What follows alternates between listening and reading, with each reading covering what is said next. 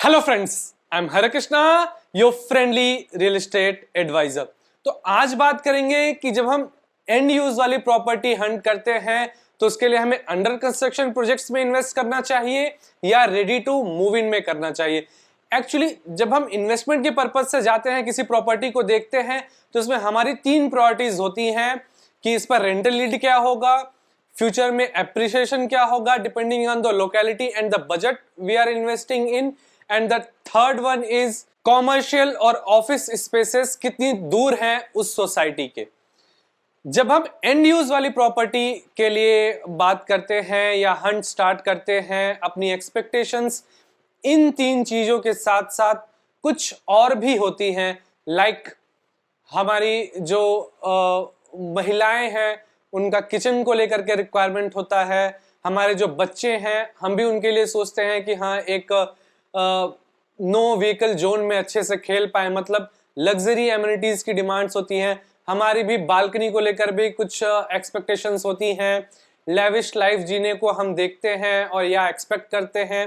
Bedroom के sizes को लेकर के काफी चूजी होते हैं। अगर मोटा मोटा देखें तो जब हम एंड यूज के लिए जाते हैं तो हम बहुत चूजी हो जाते हैं। जनरली जो फर्स्ट टाइम होम बायर्स में मैंने इश्यूज देखे हैं वो कि जो अंडर कंस्ट्रक्शन में बिल्डर्स ड्रीम्स दिखाता है कि वो XYZ चीजें ऑफर करेगा, और यहां पर भी कुछ इसी तरीके के expectations first time home buyer लेकर के मार्केट में आता है। उसे ये चीजें चाहिए और उसके सपने होते हैं। बिल्डर अपना सपना दिखाता है, मतलब buyer first time home buyer के सपने हैं और यहाँ पर बिल्डर भी अपना सपना दिखा रहा है, और दोनों सपने वो कहीं ना कहीं मार्केटिंग स्ट्रेटजी से मैच करा देते हैं और वो प्रॉपर्टी लॉक हो जाती है। बट होम बायर्स को इस तरीके से प्रॉपर्टी लॉक नहीं करनी चाहिए, चाहे वो फर्स्ट टाइम हो या nth टाइम बाय कर रहे हो। इश्यूज क्या होते हैं इसमें मैं ये बताता हूँ। अंडर कंस्ट्रक्शन में जो बिल्डर कई बार हमें सपने दिखाता है, इनके विजुअल इफेक्ट्स के जरिए या ग्राफिक्स के जरिए वो चीजें एक्चुअल में डिलीवर नहीं हो पाती, या जिस तरीके से हमें विजुअलाइज कराया जाता है वो चीज एक्चुअल प्रोजेक्ट में नहीं दिख पाती। और लेट्स से कि आप कोई रेडी टू मूव इन वाली चीज देख रहे हैं, आपकी 100 एक्सपेक्टेशंस हैं, 100 में से मान लेते हैं कि 70 मीट हो रही हैं। आई एम श्योर कि अगर आप और ज्यादा मेहनत करेंगे प्रॉपर्टी हंट में, और भी ज्यादा ब्रोकर्स से डील करेंगे अलग अलग डिफरेंट लोकेलिटीज में और डिफरेंट सोसाइटीज में, तो you will must get a property that meets your requirement up to 80 to 85%. There is no property which exists a perfect one for you. This is for sure, I can guarantee.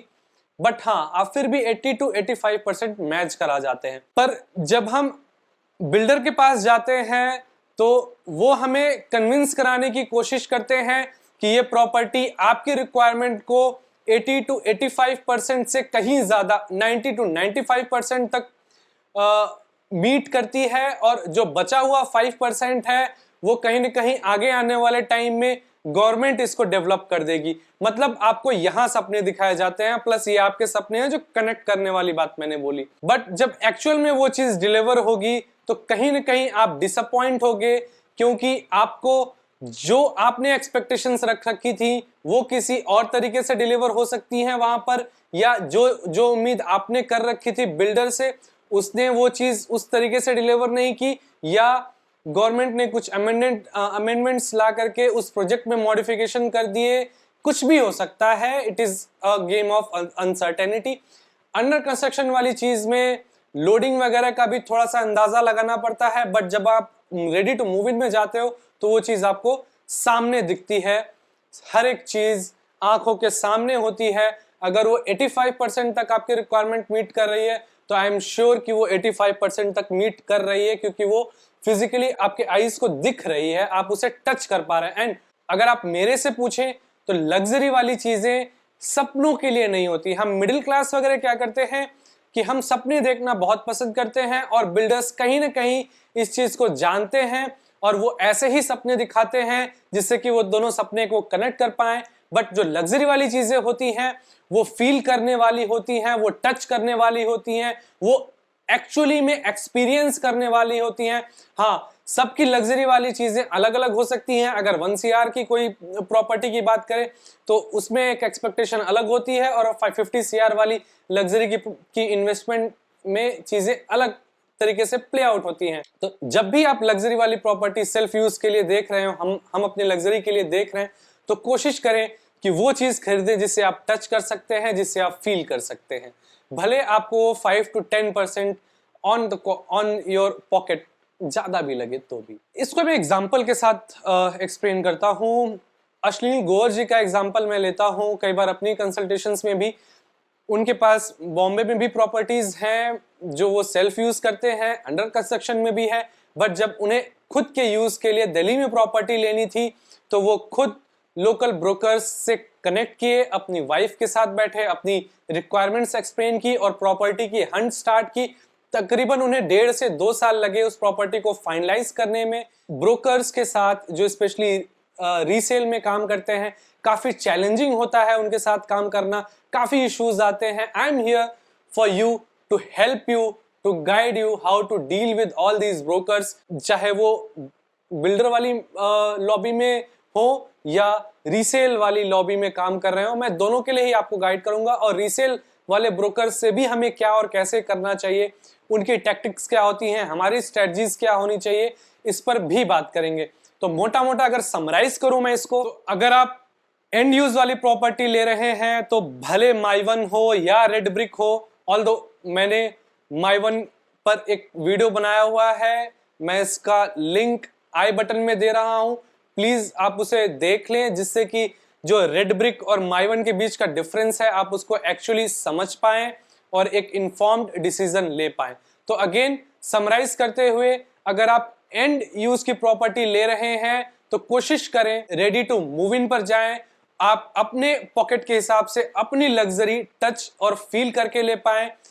अब upgrade करने वाली बात होती है कि आप let's say एक property में रह रहे हैं and you want to upgrade the life, उसमें क्या करना चाहिए हमें, चलिए इसी वीडियो में वो भी बता देता हूं मैं। अगर वो प्रॉपर्टी और एमिनिटी का जो कॉस्ट है आपकी एग्जिस्टिंग प्रॉपर्टी के 3 टाइम्स है in terms of your costing, जो उसका टिकट साइज है, और एमिनिटीज के मामले में, और जो हमारी और फैसिलिटीज हैं, चाहे कम्युनिटी सेंटर और भी बाकी सारी चीजें हो, सिक्योरिटी 2 टियर 3 टियर सिक्योरिटी, ये सारी चीजें हैं, और साइज भी खास करके बड़ा होना चाहिए। मतलब ऐसे में अगर समझाऊं इसको ऑटोमोबाइल से कनेक्ट करके, कि आप इनिशियली अगर वैगनर चला रहे थे तो आप जब अपग्रेड करोगे तो ऑब्वियसली किसी एक बेहतर गाड़ी पे अपग्रेड करोगे, मे बी वो स्कॉर्पियो हो या कोई और, मतलब 3 टाइम्स हम वहां रखते हैं जो जनरली देखा जाता है। तो आप प्रॉपर्टी के केस में भी यहाँ पर भी तकरीबन 3 टाइम्स वाली चीजें मैप करा सकते हो। तो ये रहा अपग्रेड करने वाली बात। अपग्रेड के लिए आप अंडर कंस्ट्रक्शन में जा सकते हो